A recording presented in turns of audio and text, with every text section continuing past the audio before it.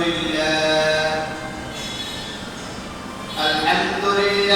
نحمده ونستعينه ونستغفره ونعوذ بالله من شرور أنفسنا من يهده الله فلا مضل له ومن يضلل فلا هادي له ونشهد أن لا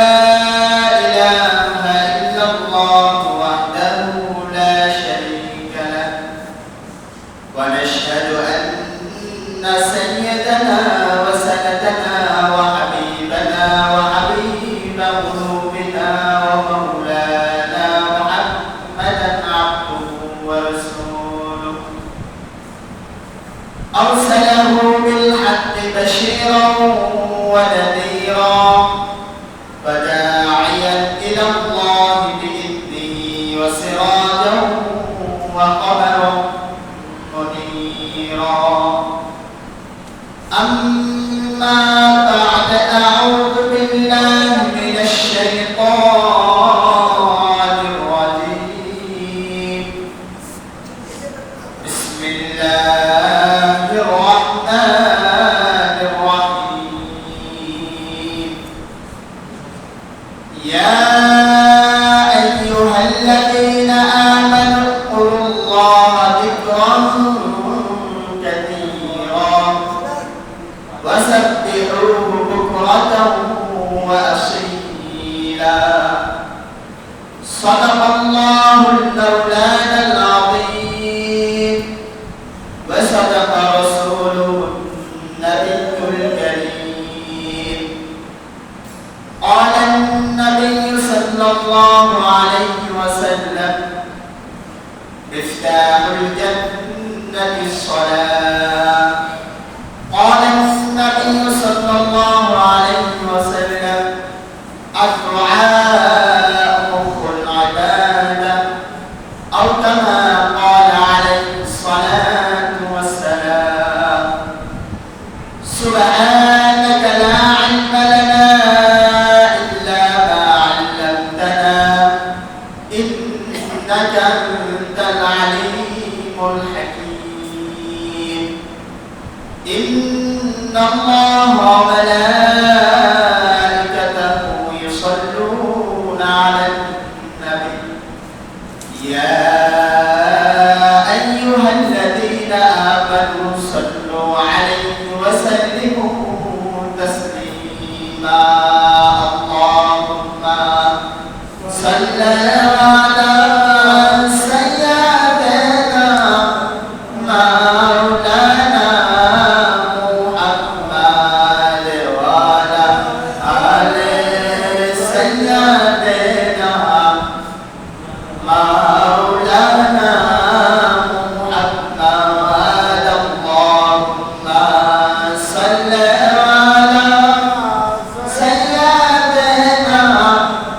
مولانا